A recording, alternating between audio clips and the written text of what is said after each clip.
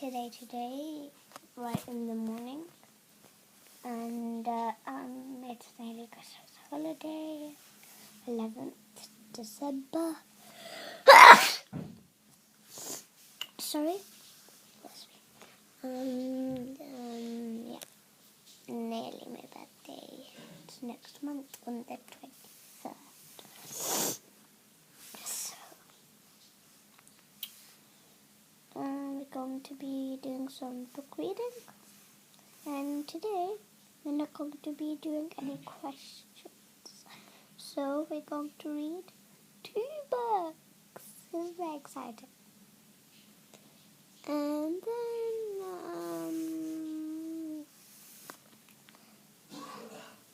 we'll do other stuff too. So let's go through the 2 books.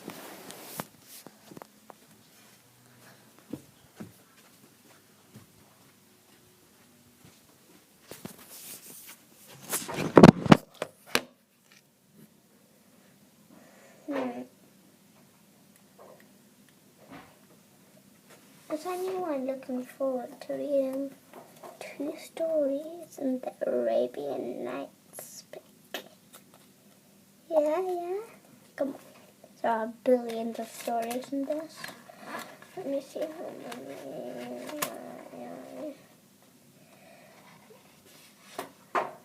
So there are lots, so we can read 2 easily. We can even more people. So there are 13 stories in here. Let's go through them and see what we want.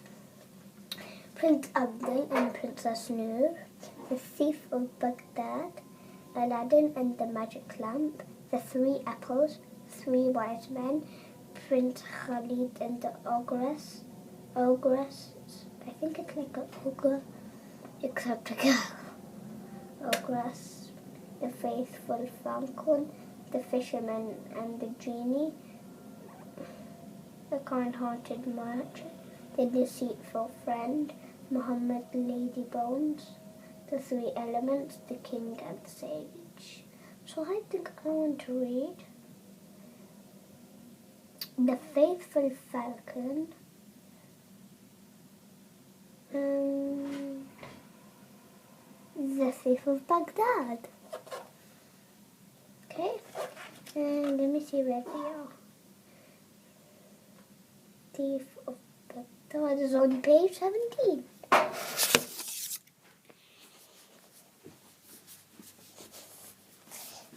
Okay, everyone, get ready. It's story time.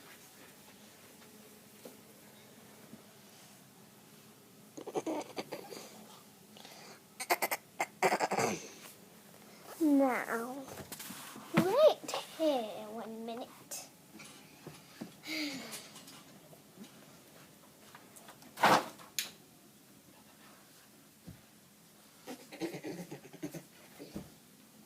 Now, guys, just, I'll be back. Just wait a few minutes.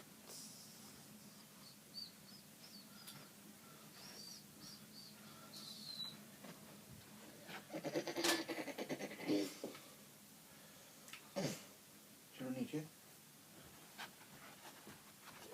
You get off.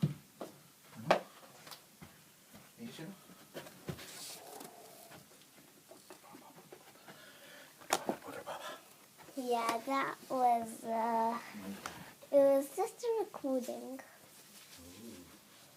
It was just a recording.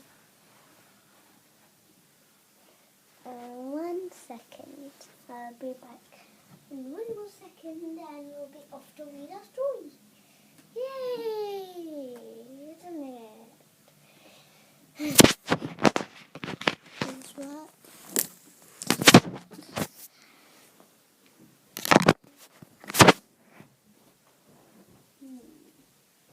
What about this? I have no idea what's going on here. Sorry. Perfect. There are no pictures in this. Well, there's about 2 pictures in and every story, so I'll tell you and read them to you.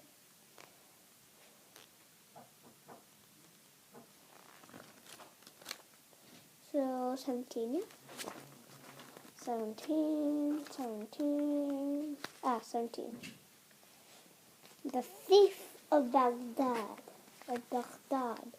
Once upon a time, in the ancient city of Baghdad, lived a young boy by the name of Hassan. He was an orphan and had no one to call his own, and no place of his own to live. And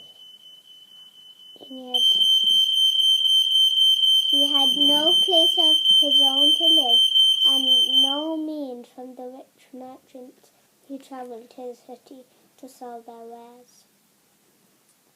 He spent his night sleeping outside the walls of the city mosque. Sometimes the Caliph's men would be summoned by the merchants to catch Hassan. Although the Caliph's men would chase him through the street, Hassan would always succeed in escaping from them, taking shelter at a safe place. He would then empty his pockets and check the items he had managed to steal. There would be bread, sweets, and sometimes even a bottle of wine. See, look at the picture.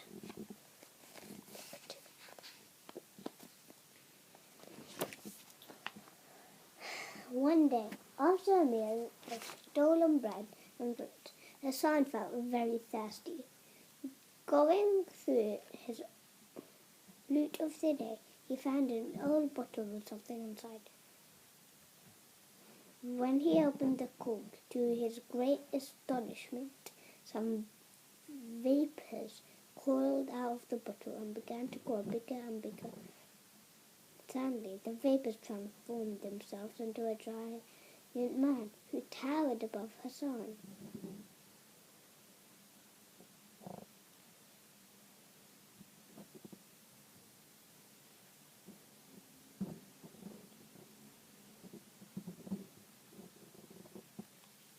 This is the story of a legend and the magic lamp.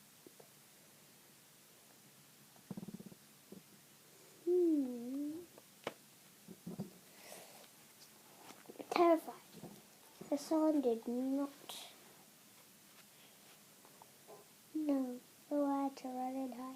Seeing how scared Hassan was, the Dryad smiled at him and said, "Do not be afraid, dear master.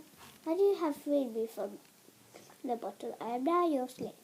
I shall obey and carry out your every command." Saying this, the genie from the bottle held out his hand. Hassan pinched himself and realized that this was no dream. Feeling a little bolder, he told the genie, "Take me to the Caliph's palace. I would like to see the beautiful princess." "Climb onto my shoulder, dear master," said the genie. "Hold on to me tight."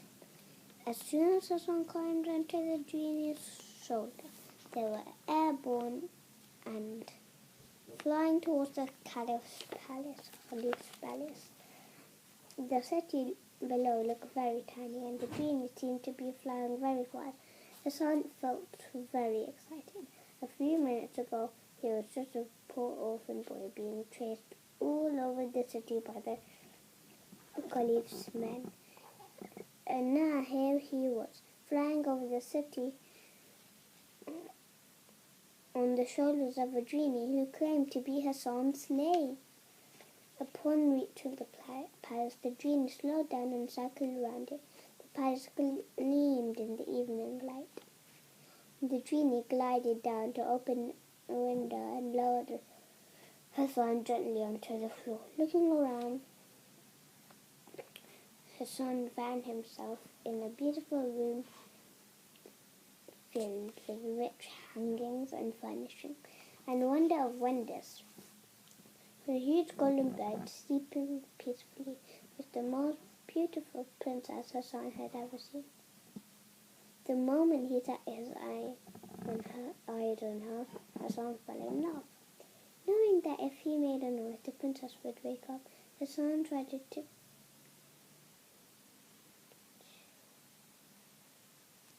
tiptoe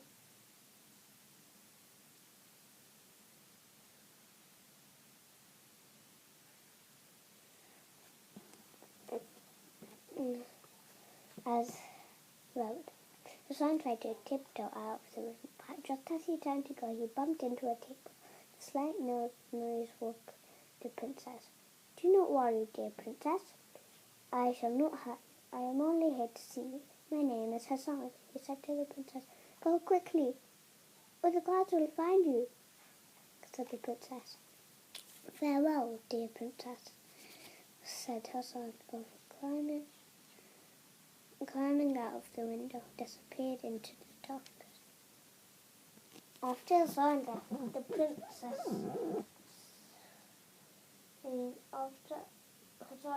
princess could not stop thinking of him. He seemed kind and gentle, and he had not done anything. Just that she was engaged to Prince Genghis of the Red Plume, but she did not love him. He was a cruel and scheming man, and he planned to take over the Caliph's kingdom the moment he married the princess.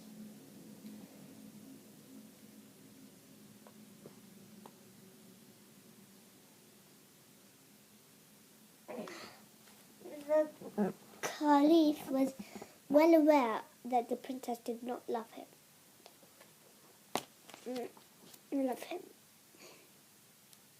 and was very unhappy with this match. He told Prince Genghis that the marriage would take place only on the date decided by the princess. On hearing this, the prince was furious. He demanded that the wedding takes place next new moon day. He threatened the princess that in case she did not agree, he would send his powerful army to attack her father's small and peace-loving kingdom.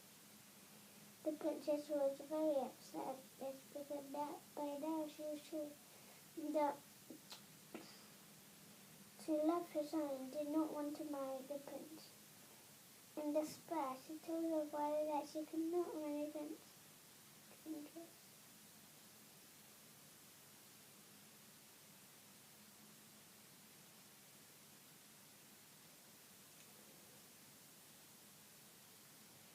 Father, I love Hassan, she sobbed. I cannot marry Prince Genghis. He is cruel and wicked. I hate him. Who is Hassan? Asked the Caliph. Is he a prince? No, father. He is a thief from Baghdad. A thief? Explained the Caliph. I will marry him because I know that he is good and honest, father, she said. Prince Genghis was listening to the conversation. Outside the door, he burst into the room in rage and cried, You want to marry a thief? I shall find and hang that rascal. How dare you prefer a gutter snipe to a prince of my greatness? He thundered. Please do not hurt him, pleaded the princess. I shall not hurt him, screamed the princess. I shall kill him. Part 2.